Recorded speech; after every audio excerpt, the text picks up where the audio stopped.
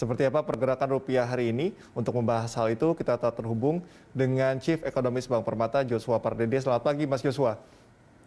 Selamat pagi, Mas Cikal. Mas Joshua, ini kita tahu bahwa varian baru corona, Omicron ini sudah terdeteksi di Australia dan juga Inggris. Ini berdampak signifikan tidak terhadap pergerakan rupiah?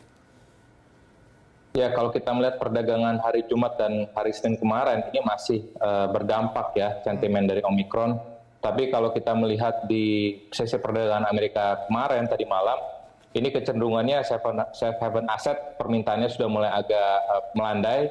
Dan karena memang dikatakan bahwa Omicron tersebut, varian baru dari COVID-19 ini, cenderung mild ya simptomsnya. Jadi artinya concern ataupun kekhawatiran terhadap varian baru dari COVID-19 ini agak mulai mereda, dan ini terindikasi juga dari kemarin di riskier asetnya saham Amerika Serikat serentak menguat, dan pada hari ini pun juga rupiah dibuka menguat tipis ya dari penutupan kemarin.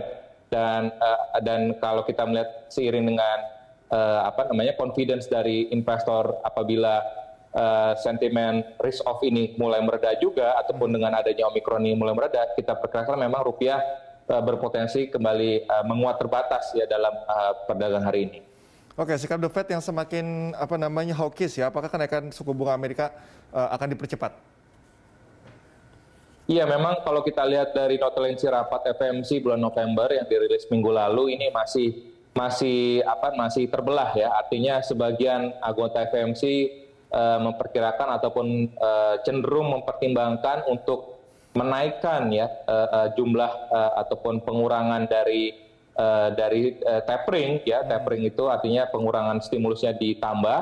Artinya berarti ada kemungkinan bahwa kenaikan suku bunga The Fed ini akan lebih cepat dari perkiraan. Artinya ada kemungkinan bahwa kemungkinan di semester kedua tahun depan gitu ya. Setelah sebelumnya kan diperkirakan di 2023 ya. Nah, tapi juga ada sebagian juga yang mengatakan bahwa pace-nya akan tetap sama, $15 million per bulan, dan karena ada yang sebagian mengatakan bahwa kenaikan inflasi di Amerika Serikat ini kecenderungan nanti akan melandai ya di pertengahan tahun depan, sehingga ini yang akan mendukung bahwa proyeksi sebagian dari anggota FOMC bahwa The Fed akan mulai menaikkan di awal 2023. Jadi artinya ini dampaknya pun juga belum begitu signifikan terhadap pergerakan rupiah. Oke, artinya untuk rilis data inflasi Amerika sendiri, respon pasar seperti apa, Mas Joshua? Ya, tentunya data inflasi dan data tenaga kerja Amerika Serikat ini dua data yang akan terus diperhatikan dengan seksama oleh investor ya, karena ini dua indikator inilah yang digunakan oleh The Fed dalam menentukan arah kebijakan suku bunganya, dan juga terkait juga dengan apakah ada kemungkinan untuk meningkatkan pace dari taperingnya. Nah, tentunya kalau kita lihat ini dalam jangka pendek ini ya, khususnya ini kan masih kenaikan inflasi secara global dan juga sebagian besar negara maju ini masih dipengaruhi oleh supply chain disruption ya. Jadi artinya dampaknya pun ataupun pasar juga menilainya bahwa kalau dampak dari supply chain disruption ini akan normalisasi, tentunya ini akan inflasi Amerika Serikat tidak akan persisten ataupun tidak akan meningkat terus, sehingga makanya kalau kita lihat dampaknya, meskipun US Treasury yield-nya cenderung meningkat juga ya akibat positif data Amerika Serikat termasuk inflasi, tapi kita melihat bahwa dampaknya kepada rupiah dan juga yield Sun obligasi kita ya, ini juga cenderung tidak mengalami kenaikan yang signifikan. Oke, Mas Joshua, kita ke dalam negeri. Ini terkait dengan proyeksi pertumbuhan ekonomi kuartal 4 ya, yang diproyeksikan di atas 5%. Pandangan Anda seperti apa?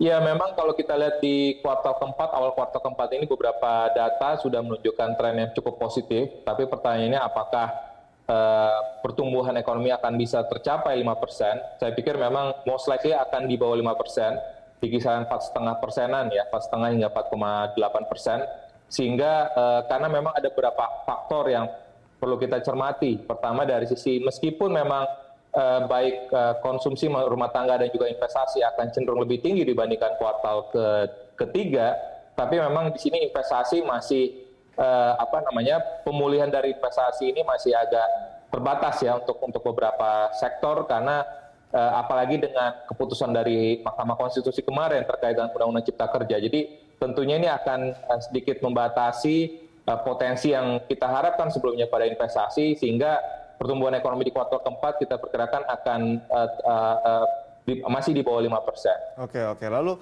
sentimen apa saja yang bisa mendongkrak kinerja rupiah? Ya, kalau kita lihat tentunya dalam jangka pendek ini kinerja dari neraca pembayaran yang terindikasi kemarin neraca pembayaran kita surplus ya di kuartal ketiga, diikuti juga dengan neraca transaksi berjalan kita yang juga mengalami surplus di kuartal ketiga, sehingga tren kenaikan harga komoditas ekspor Indonesia dan ini pun juga masih akan tetap mendukung terjaganya keseimbangan eksternal Indonesia gitu ya, sehingga dari sisi tren CADEX pun juga trennya masih cukup positif, sehingga ini beberapa kebijakan tren dari keseimbangan eksternal tersebut kita perkirakan akan tetap menjaga ataupun akan memperkuat daya tahan rupiah ya di tengah tadi tekanan misalkan dari keputusan arus suku bunga The Fed dan juga mungkin beberapa sentimen lainnya terkait juga dengan varian baru dari COVID-19.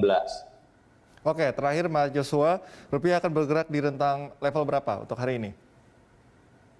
Ya, memang kalau kita lihat tadi kami sampaikan sebelumnya bahwa di pembukaan ini rupiah cenderung menguat tipis, dan kalau tadi sentimen dari risk on-nya cukup dominan di pasar Asia hari ini, saya pikir memang masih berpeluang untuk menembus di bawah 14.300 ya, sehingga range-nya kami pikir akan berada di kisaran 14.275, 14.375.